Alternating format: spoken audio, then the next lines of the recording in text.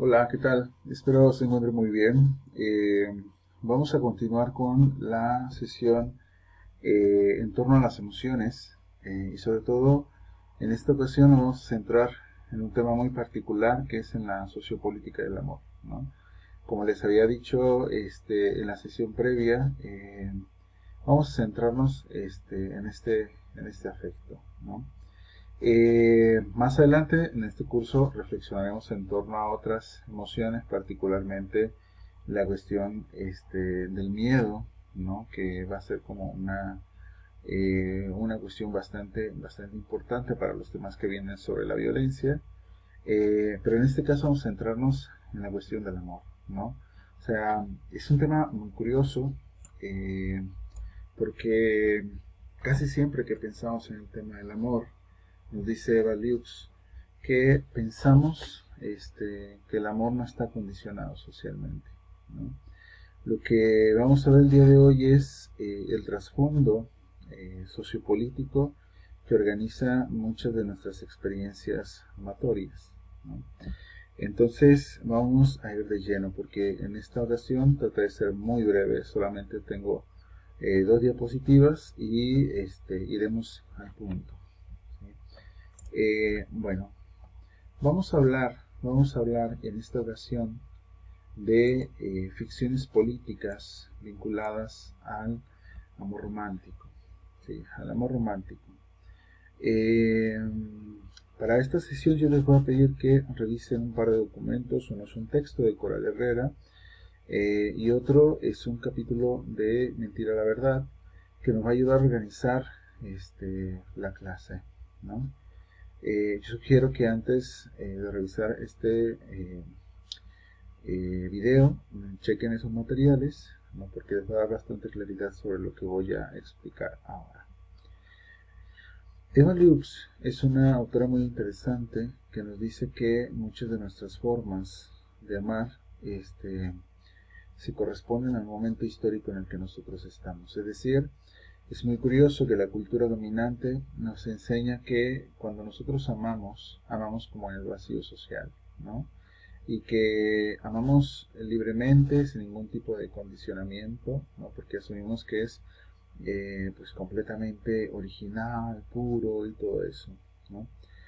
Lo que vamos a hacer el día de hoy es cuestionar muchas de estas narrativas, ¿no? Y seguramente en algún momento ustedes sentirán como de estos discursos son parte de nuestra subjetividad. Es muy difícil no reproducirlos o no sacárselos, o sacárselos encima, dado que nos los repiten constantemente y se presentan de una forma extraordinariamente naturalizada.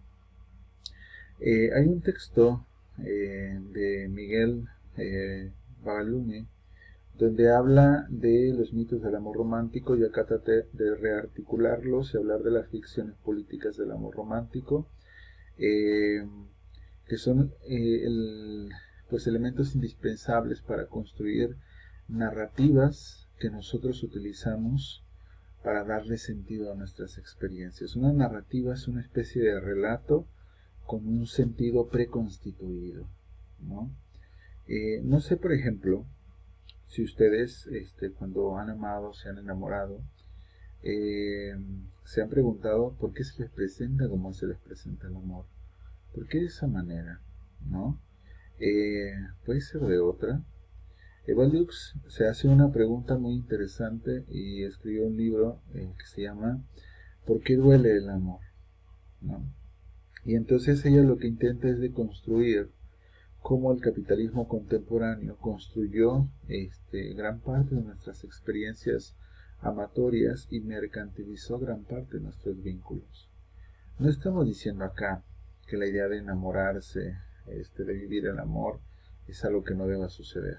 Lo que vamos a tratar de hacer aquí es de construir esta idea de necesidad entre una característica y su presentación como necesaria.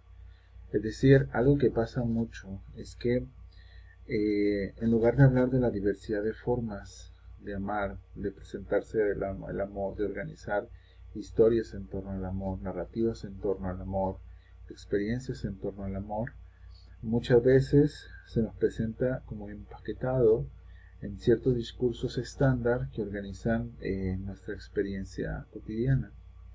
Entonces lo que vamos a tratar de hacer con este pequeño ejercicio es de construir por qué nos hace sentido determinado tipo de discursos, ¿no?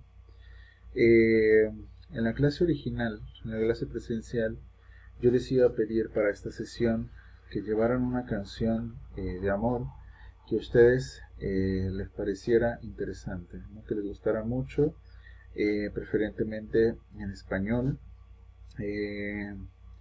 y que encontraran discursos entre líneas. Algo bien interesante de analizar discursos es que nosotros nos podemos dar cuenta cómo ciertas formas de expresión cultural ocultan entre líneas ciertos significados. Si nosotros analizamos las canciones que nos gustan, los poemas que nos gustan, podemos encontrar fondos, ¿no? En muchos de esos fondos, lo curioso es que reproducen un montón de instituciones sociopolíticas. ¿Cuáles son esas instituciones sociopolíticas? Bueno, algunas de ellas están organizadas en estos recuadros de acá abajo, ¿no? Y vamos a ir revisando uno a uno, ¿sí? Entonces, lo que vamos a ver es que nuestras formas de vivir determinados afectos están condicionados socialmente, incluso como lo es el amor, ¿no? Bueno, hay una primera cuestión que hay que trabajar, que es la idea de la monogamia y la mononorma, ¿no? Detrás de cómo se nos presenta el amor romántico, y es importante matizarlo, no estamos hablando del amor romántico, no estamos hablando de todas las formas de expresión de amor, pero lo que acá quiero que cuestionen es cómo se articula un discurso naturalizado y súper reproducido en la cultura dominante en torno al amor, que es precisamente el amor romántico, ¿no? En el amor romántico, hay como ciertos discursos naturalizados que son estos. Por ejemplo, la monogamia y la mononorma, ¿no? En primer lugar, por ejemplo, está esta idea de la exclusividad, ¿no? Esta idea de que solamente se ama una persona a la vez. En clase les iba a preguntar algo así, ¿no? Les iba a preguntar si era posible amar a una persona a la vez, con todos los intereses que implique un vínculo sexoafectivo, si ustedes quieren, ¿no? Y entonces hacemos como una discusión en clase, generalmente hacemos una discusión en clase. Es muy curioso como en muchos espacios, en muchos momentos del aula, he tenido la oportunidad de trabajar este tema con distintos grupos, no solo de psicología, y hay como toda una discusión importantísima, ¿no? O sea, está la parte de aquellos que dicen sí se puede amar a más de una, y otros que dicen no, no se puede, es una irresponsabilidad, no debería ser, ¿no? Y es bien curioso cómo en el primer discurso simplemente se habla de posibilidades, en el segundo se habla de normativas, ¿no? Sobre lo que debería suceder. Precisamente este segundo discurso del deber suceder, ¿no? De presentar una asociación necesaria, es a lo que se refiere como este discurso de la exclusividad, ¿no? Que no se aceptan experiencias diversas. No es que uno no pueda estar profundamente enamorado de una persona, ¿no? Y listo, eso sí puede suceder. Pero lo que plantea el cuestionamiento de la mononorma es que eso puede suceder también con otras personas, ¿no? Y de forma simultánea incluso. Algo que nos enseña ahora la sexualidad y la psicología, ¿no? En parte es que estas experiencias son posibles, ¿no? Pero que lo cierto es que socialmente están profundamente cuestionadas, ¿no? Precisamente por cuestiones normativas y particularmente mononormadas. Algo que también va a plantear la monogamia y la mononorma es la idea de la jerarquía en las redes afectivas. Todos nosotros tenemos redes afectivas, o sea, tenemos redes que que nos apoyan, ¿no? O sea, no solamente es nuestra pareja, están nuestros padres, nuestros amigos, nuestros hermanos, hermanas, conocidos, etcétera, que son redes de personas que lo que buscan es apoyarnos afectivamente, ¿no? Pero el asunto de la monogamia y la mononorma nos hace construir un discurso donde la pareja ocupa un centro importante en todo esto y en una jerarquía ocupa lugar superior, ¿no? Y todas las relaciones se subordinan a esa relación. Brigitte Vasallo reflexiona muchísimo en torno a esto y de cómo es bien importante empezar a discutir la diversidad de relaciones y particularmente la noción poliamorosa. Precaución acá. Poliamorosa no solamente implica la idea de tener muchas parejas, ¿no? En la definición que construye Brigitte Vasallo, nos dice que todos somos seres poliamorosos, en el sentido de que amamos a nuestros padres, amamos a nuestros hijos, a nuestros amigos, a nuestra pareja. Y si ustedes se fijan, esto es una cuestión muy real, ¿no? En nuestra vida cotidiana tenemos muchas prácticas de amor que precisamente nos vinculan a otras personas y nos permiten construir tejido social, pero a lo que hace la cuestión de la mononorma es jerarquizar todos esos y pensar que el centro es la pareja. Por ejemplo, algo que reflexiona mucho Coral Herrera es cómo cuando durante muchísimos años vivimos con esta ficción política, vamos mutilando nuestras redes afectivas y cuando estas relaciones terminan no tenemos vinculaciones, no tenemos mecanismos de protección para nosotros mismos y el proceso de separación se vuelve aún muchísimo más doloroso y particularmente este proceso le sucede muchísimo más frecuente a las mujeres, ¿no? Esta idea de aislamiento por concentrar todas las energías, todos los esfuerzos, todos los proyectos en la idea de la pareja, ¿no?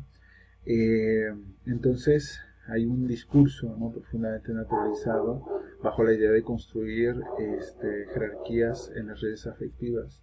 Otra idea es que muy presente es la idea de la pareja como una organización universal de los vínculos sexoafectivos, ¿no? O sea, la idea de que alguien que se quiere mucho necesariamente necesita terminar en un emparejamiento.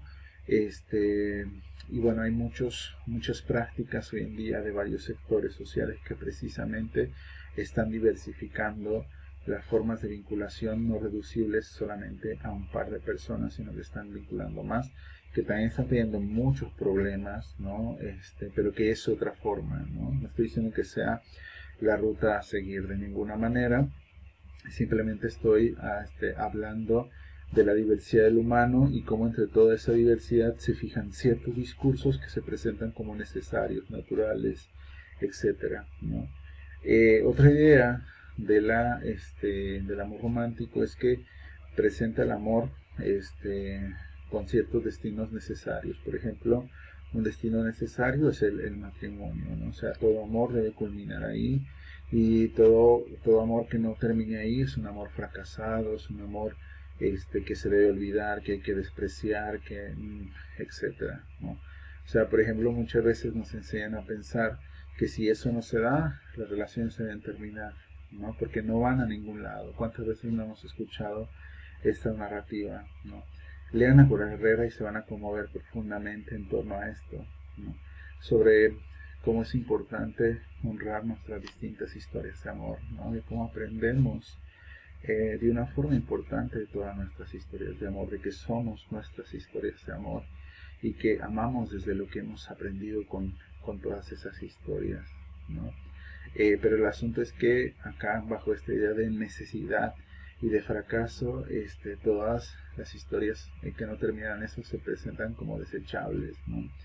Acá lo que hay que ver es que como cada uno de estos recuadros es un discurso dominante, pero también ver la posibilidad de construir como discursos alternativos frente a ¿no?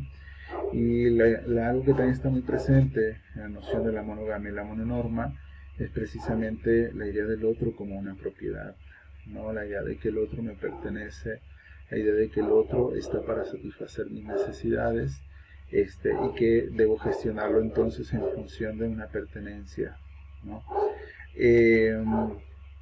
Bueno, sigamos para no extendernos.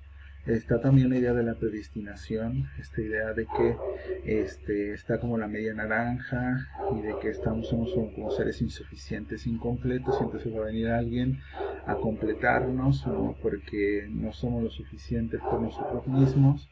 Y entonces la predestinación nos dice eso: en algún momento vas a encontrar el amor de tu vida y entonces va a venir a traerte todo eso que te hace falta, ¿no? Y por tanto el amor debe terminar precisamente en la idea de emparejamiento con otra persona, ¿no? Y lo cierto es que no somos seres incompletos, somos seres completos, sí, con carencias, insuficiencias, incertidumbres, pero eso no quiere decir que alguien vaya a venir a completarnos. De hecho, es muy curioso, ¿no? Porque aunque venga una persona con muchas, ¿cómo decirlo? Como sinergia con nosotros, nunca nos completa, ¿no? Siempre abre como otras posibilidades y ese tipo de cosas, ¿no? Bueno, otra idea profundamente destacada en las narrativas dominantes es la perdurabilidad de la pasión eterna, ¿no? La idea de que el enamoramiento debe ser para siempre y de que si no permanece, entonces el amor termina, ¿sí? O es un amor fracasado, que no sirve. Pero lo curioso aquí es cómo estas narrativas se sostienen muchísimo de una mercantilización del amor, ¿no? Porque se asocia la idea de capacidad de consumo con capacidad para la pasión, con la capacidad de ejercer la pasión, ¿no?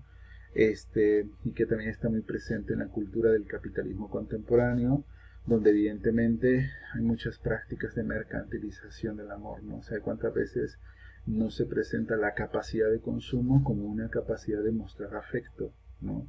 El costo, por ejemplo, de algo que se regala, ¿sí? Con motivos amorosos, está muy vinculado como a esta idea. Hay otra narrativa también, que es la idea de la omnipotencia, la idea de que el amor todo lo puede y que debe permanecer a pesar de todo, ¿no? Y que debe estar centrada en el autosacrificio sobre la relación, ¿sí? Por ejemplo, esta matiz discursiva ha estado muy presente, sobre todo en relaciones de violencia, ¿no? O sea, donde el amor todo lo puede y por tanto es necesario soportar la violencia, soportar maltratos y ese tipo de cosas, ¿no? Otra idea muy presente también en las narrativas dominantes es la idea de autonomía, ¿no? La idea de que el amor es autodeterminado, es decir, que nosotros estamos eligiendo todo el tiempo qué es lo que va a pasar con eso. Pero lo cierto es que lo que nos estudian, lo que nos enseñan distintas áreas de la ciencia es que el amor está influido biológica, social, cultural, política y económicamente, y que muchas de esas formas de influencia que no dependen exclusivamente de nosotros, ¿no? Sino ustedes piensen en lo complicado que es quitarse de encima todas las fantasías de amor romántico, ¿no? Que son profundamente violentas, porque me gustaría recordar y destacar algo: que si estamos cuestionando estos discursos dominantes, es porque estos discursos dominantes producen violencia, producen daño a las personas, ¿no? Porque al establecer esta relación necesaria entre amor y estas características, lo que hacen es excluir, justificar violencia, justificar la desigualdad, y ese tipo de cosas, ¿no? Una cuarta narrativa es la idea de que el amor conlleva a la sexualidad, es decir, que el amor romántico debe llevar a eso y que debe estar vinculado al placer sexual. Y cuando no hay placer sexual, no hay amor, ¿no? O no es un amor pleno.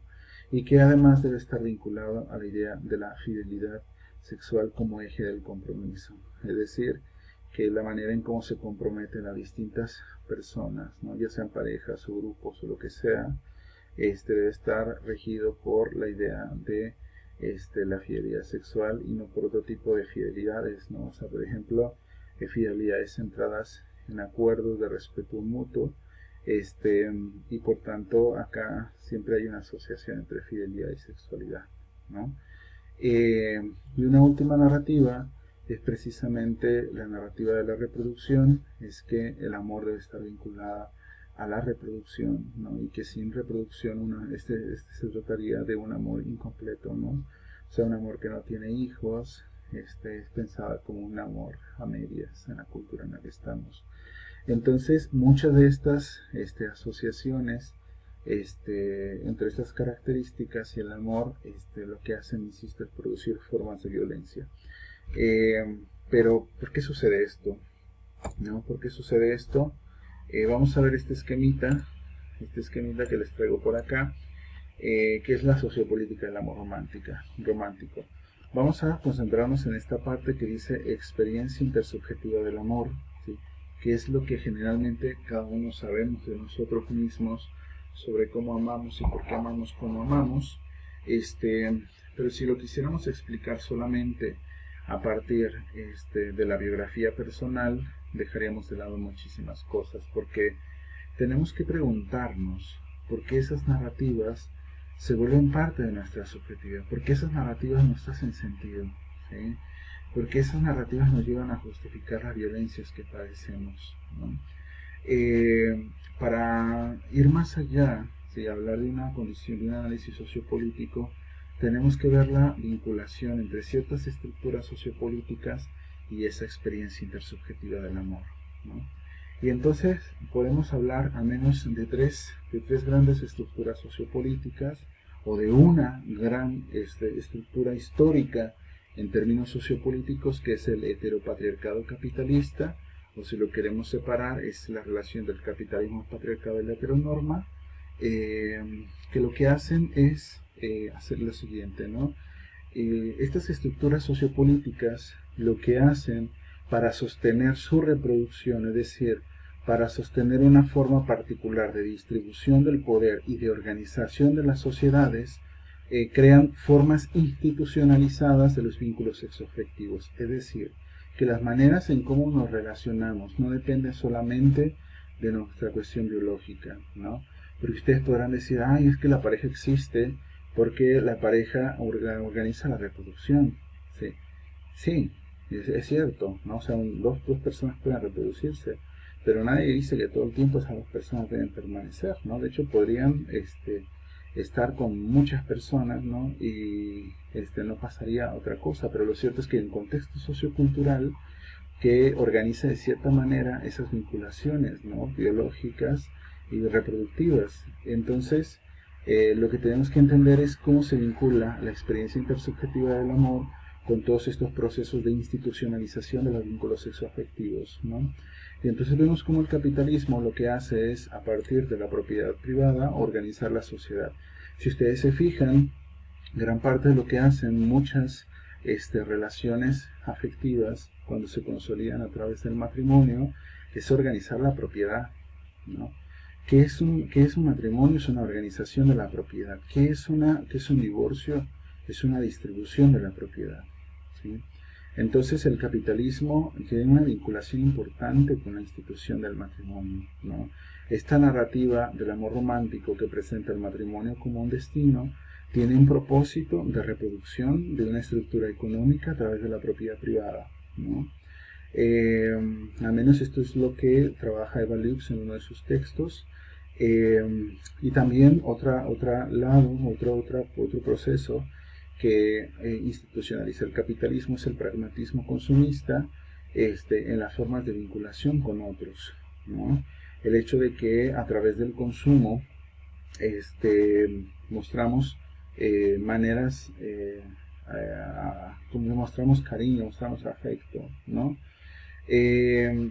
Bueno, otras institucionalizaciones de los vínculos sexoafectivos que participan en la construcción tanto de las narrativas del amor romántico como en la experiencia intersubjetiva del amor es el patriarcado, particularmente el sistema sexo-género que ya vimos hace varias sesiones en la clase de género, el sistema sexo-género que está centrado en la dominación masculina, es decir, el patriarcado lo que hace es construir históricamente una forma de distribución del poder donde posiciona a los varones en el espacio público, en los puestos de poder político, económico, incluso militar, y a las mujeres las posiciona en el espacio privado, con el trabajo doméstico, con el trabajo de cuidados, ¿no?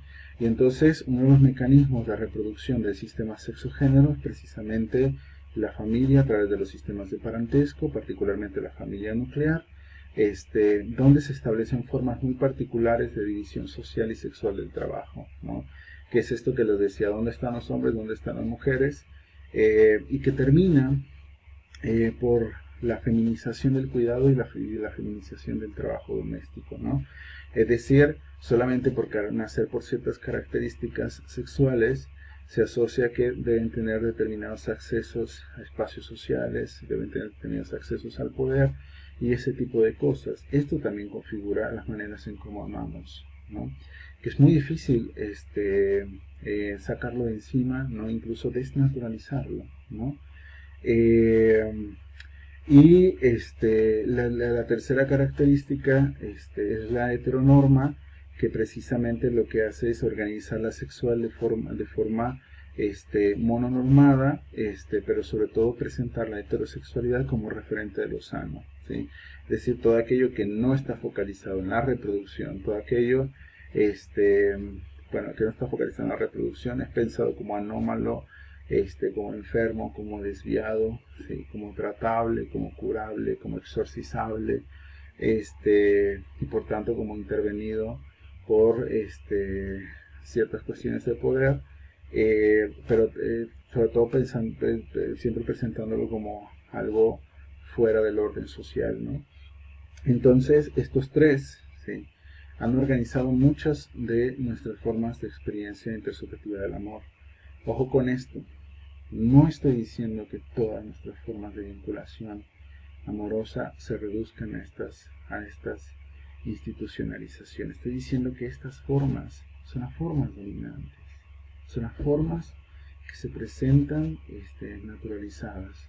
Acá hay algo que no se alcanza a ver en este esquema, que está en la parte de abajo, que dice deconstrucción, construcción de disidencias afectivas, ¿no? Y tiene 3 flechas apuntando hacia los 3 pilares que yo puse acá. Es indispensable, creo yo, ¿sí?, si queremos hacer una sociopolítica del amor, mostrar el origen político de nuestras experiencias afectivas, cuestionando estos pilares, ¿no?, cuestionando las narrativas del amor romántico, la institucionalización de los vínculos sexoafectivos y las estructuras políticas, sobre todo en cómo contribuyen a generar violencia, ¿no? No estoy diciendo que vayan y ya no vivan en pareja, no estoy diciendo si quieren que no se casen, no estoy diciendo, no estoy diciendo muchas cosas, ¿no? Lo que estoy diciendo, ¿sí?, lo que estoy diciendo es que si queremos diversificar nuestras experiencias sanatorias, debemos desnaturalizar ese tipo de institucionalizaciones, es decir, debemos diversificarlas, debemos flexibilizarlas, debemos abrirlas, discutirlas, ensayar alternativas, ¿sí? Porque tampoco acá vamos a proponer la idea de que entonces si la monorma se presenta algún problema, entonces la solución es como este asunto de la poligamia. De hecho tiene un montón de problemas, como ustedes lo vieron en el capítulo de Mentira a la Verdad, ¿no? La clase de hoy básicamente tiene el propósito de que puedan conectar la idea de que mi experiencia subjetiva y mis afectos están profundamente conectados a estructuras políticas, ¿sí? Me tardé muchísimo en poder explicarles todo esto, pero básicamente es el ejemplo y la asociación que yo quería que hicieran, ¿sí? Bueno, entonces esto es lo que tenía para explicarles el día de hoy. Vamos a tener oportunidad de dialogar en torno a todo esto. Y bueno, pues yo les agradezco mucho su atención y bueno, pues estamos en contacto, ¿vale? Bueno, mucha suerte. Hasta luego.